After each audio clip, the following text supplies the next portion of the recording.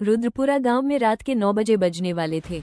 हर रोज की तरह आज भी पूरे गांव में ढोल और घंटियों की आवाज गूंज रही थी। 9 बजने वाले हैं। सभी लोग अपने घरों की ओर बढ़ो। लोग जल्दी जल्दी अपनी दुकानों को बंद कर रहे थे। बच्चे भागते हुए घरों की तरफ जा रहे थे। कुछ ही मिनटों में पूरा गांव खाली होने लगा, क्योंकि गांव की गलियों में 9 बजे के बाद मौत का नंगा नाच होता है। गांव के मुखिया ठाकुर विक्रम सिंह ने अपने आदमी गोपाल को फोन लगाया। गोपाल, सब लोग घर पहुंच गए या नहीं? गोपाल ने घबराए आवाज में कहा। जी ठाकुर साहब, लगभग सब चले गए हैं। विक्रम सिंह गुस्से में बोले, लगभग नहीं, तू जानता है ना 9 बजे के बाद क्या होता है?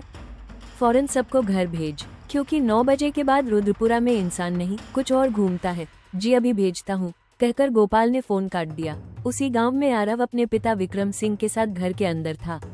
विक्रम सिंह ने आवाज लगाई, आरव बेटा, जल्दी से जाकर सारे दरवाजे और खिड़कियां बंद कर दो। एक भी दरवाजा खुला रह गया तो उसे अंदर आने से कोई नहीं रोक सकता। जी पापा, कहकर आरव खिड़कियां बंद करने लगा। 9 बजने वाले हैं।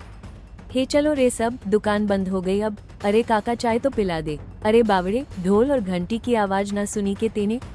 9 बज रहे हैं, जल्दी से घर निकल, वरना घर नहीं कहीं और पहुंच जाएगा। बुढ़ा तू बहुत सोचता है, ये सब बस फालतू की बातें हैं, इतना दिमाग मत लगाया कर।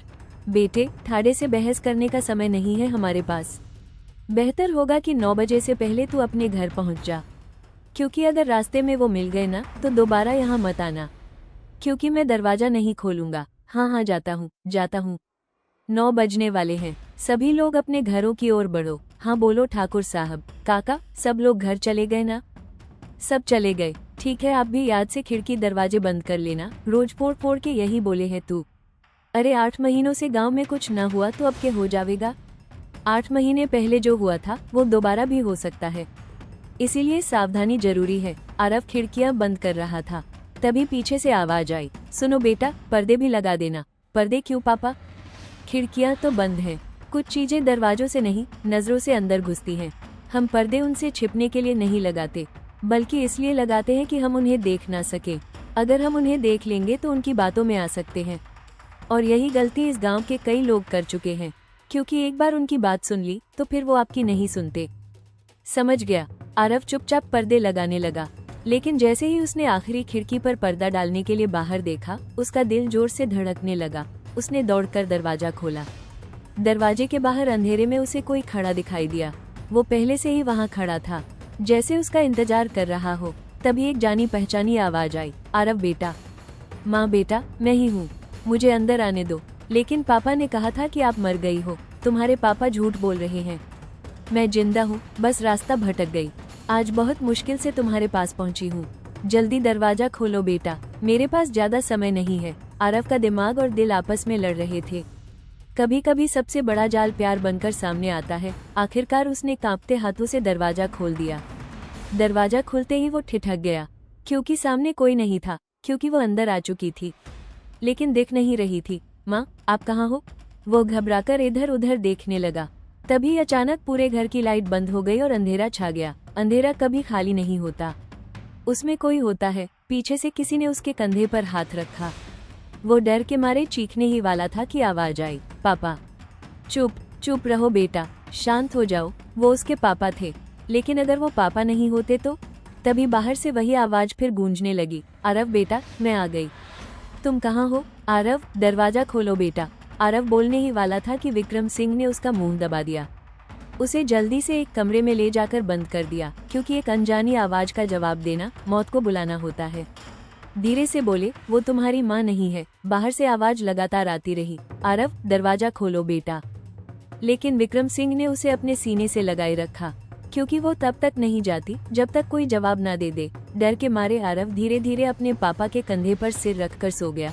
सुबह होने पर विक्रम सिंह ने उसे उठाया, क्योंकि सुबह ही एकमात्र समय है जब वो गायब हो जाती है। चलो, तुम्हें कुछ दिखाना है। दोनों गांव के बाहर पहुंचे, जहां एक पुरानी जंग लगी बस खड़ी थी। आरव ने पूछा, हम यहाँ क्यों आए हैं? यही वो जगह थी जहाँ सच्चाई दफन थी, विक्रम सिंह ने धीमी आवाज में कहा। यही तुम्हारी माँ की मौत हुई थी। आरव सन रह गया। क्या हुआ था उस रात? विक्रम सिंह ने गहरी सांस ली। तभी विक्रम सिंह पूरी कहानी बताने लगा। लेकिन कुछ कहानियां सुनने के लिए नहीं, सहने के लिए होती हैं। उस रात हम शहर से देर से लौटे थे। सुबह के 4 बजे बज गए थे। सारे घर बंद थे। तभी उन्होंने हमें देख लिया और 4 बजे वो सबसे ज्यादा ताकतवर होते हैं। हम भागकर इस बस में छिप गए। मैं अंदर चला गया, लेकिन तुम्हारी माँ पीछे रह गई क्योंकि किसी ने उसे बुलाया था। बिल्कुल आज की तरह उसे एक बच्चे के रोने की आवाज आई। एक बच्चा अंधेरे में खड़ा था। उसने कहा वो डर गया है, लेकिन वो बच्चा नहीं था। तुम्हारी माँ उसे बचाने गई और तभी अंधेरे से कई परछाइयाँ निकल आई। वो अकेली नहीं थी, वो कभी अकेले नहीं आते। उन्होंने उसे चारों तरफ से घेर लिया।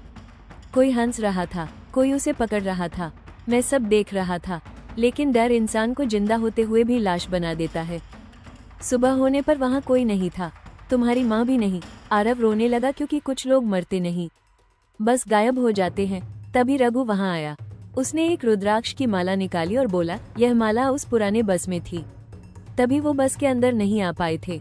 यही उन्हें रोकती है। अगर इसे दरवाजे पर टांग दो तो वो अंदर नहीं आ सकते। आरव सब समझ गया, लेकिन याद रखना वो हमेशा अंदर आने की कोशिश करते हैं। उस रात फिर 9 बजे ढोल और घंटियों की आवाज गूंजी। आरव इस बार तैयार था। अचानक वही आवाज फिर आई, आरव बेटा। वो फिर आ गई थी क्योंकि वो हार नहीं मानती। बाहर आओ बेटा, तुम बाहर आओ, मैं अंदर नहीं आ सकती। आरव ने दरवाजे की तरफ देखा। दरवाजा खुला था, लेकिन इस बार जाल उल्टा बिछाया गया था।